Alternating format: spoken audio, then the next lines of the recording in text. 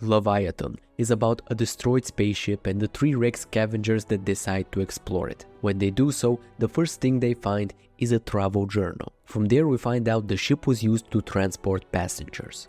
And the last journey it made was for a middle school field trip. A whole class and 2 teachers were traveling from a space colony to see Earth for the first time. At the start, their journey was peaceful, until suddenly the ship is hit by a meteor shower and most of it is destroyed, leaving the class trapped in a small part of the ship that's still intact. While everybody is panicking, Kazuma, the kid writing the journal, happens to overhear that oxygen on the ship will run out in 50 hours, and that the only way to survive is to seal yourself in a biostasis pod. There are 43 people still alive, but there is only one pod. What follows is a brutal, suspenseful sci-fi thriller that deals with human nature and the meaningless struggles we make up for our fellow man to go through.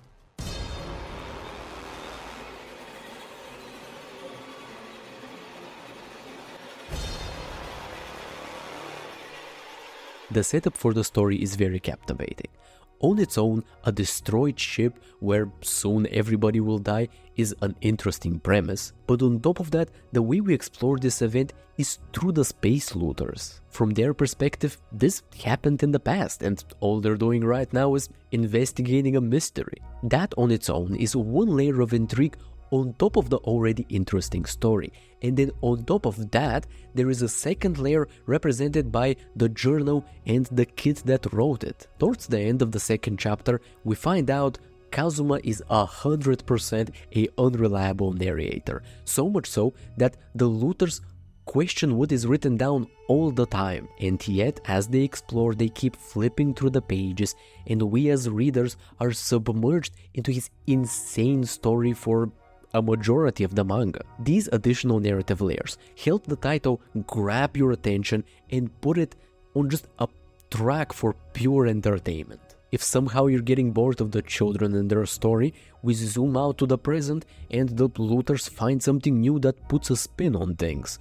Or if you're getting bored of that, we zoom in further than before and we spend time on Kazuma's unstable mental state. All of that ensures that once Leviathan has clamped down on your curiosity, it doesn't let it go until the very end of the manga.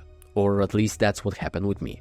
Of course, that's also the result of the manga not overstaying its welcome and neatly wrapping up in only 3 volumes, which leaves its essence closer to a short story in a sci-fi magazine instead of a big science fiction epic. That of course comes with all the pros and all the cons you would expect. The story starts when the scavengers enter the ship and it ends when they leave it. It's a simple premise. The good in this narrative is derived from that simplicity.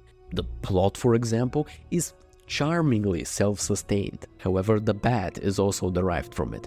The expansive and interesting world that's responsible for all the events we see is just hinted at and alluded to. Same thing applies to most other side elements in the story. They're there as cool flavor, but the manga doesn't have the allotted pages to expand on them. So it just concentrates on its core premise, which is about children trying to kill each other. I think I forgot this was a part of the manga for a second. Battle Royale or Dead Game is a classic almost subgenre in manga, where a bunch of colorful characters are put in a place and forced to murder each other until there's only one left standing. Luckily, while that is the main idea of Leviathan, it only takes up 1 of 3 volumes. The other 2 are divided between setting up the mayhem and dealing with the results after it passes, which ultimately was the right decision because establishing that only one person will survive and then finding out who it is was without a doubt the most interesting part of the manga. The second main engaging factor were the 2 main characters and their dynamic, which similarly to the story doesn't leave space for the side characters to be established. Most secondary characters in Leviathan appear and most disappear in the second volume, and the Battle Royale shenanigans, which were kinda simple and boring, are exclusively in this volume as well.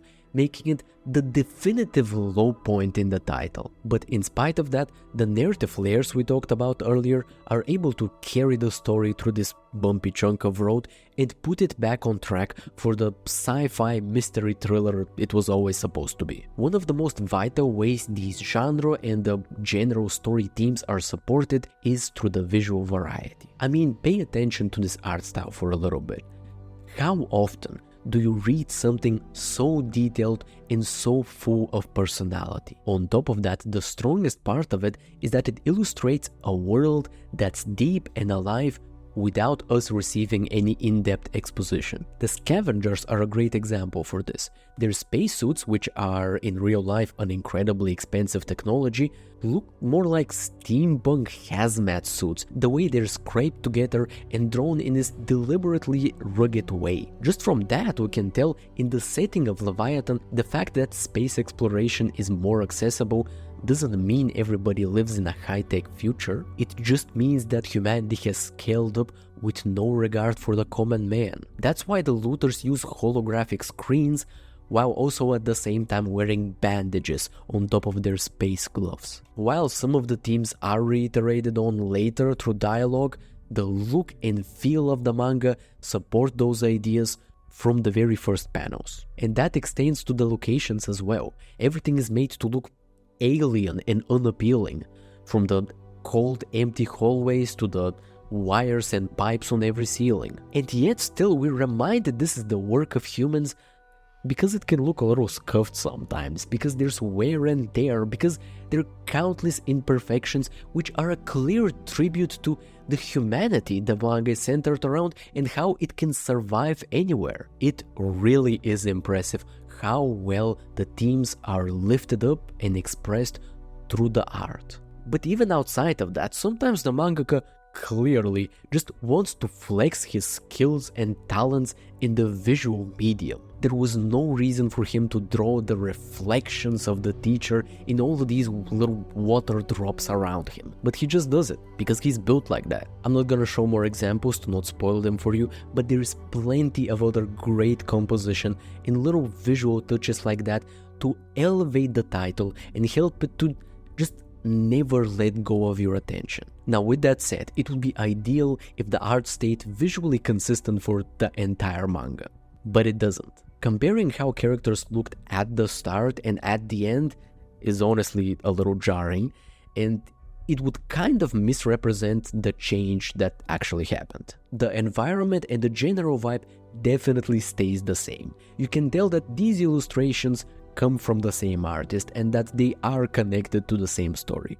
So the contrast isn't as sharp and obvious as it would seem by just looking at my cherry-picked examples. But the difference is there and is mostly noticed when looking at the first chapter, which I baselessly assume was something of a pilot that was shown around when looking for a publisher. And when the actual manga was picked up, the pace at which the chapters had to actually come out did not require the time needed for everything to be as stylized as the first chapter. Despite that, in all my browsing of discussions for Leviathan, the art style change is barely mentioned, so I assume most people, me included, find the transition seamless enough. However, what people do talk a lot about in these is the ending, and how controversial and disappointing it was, and I completely disagree. I've tried my best to keep the spoiler segment short, so the review flows well into my final thoughts even when skipped, so to do that, just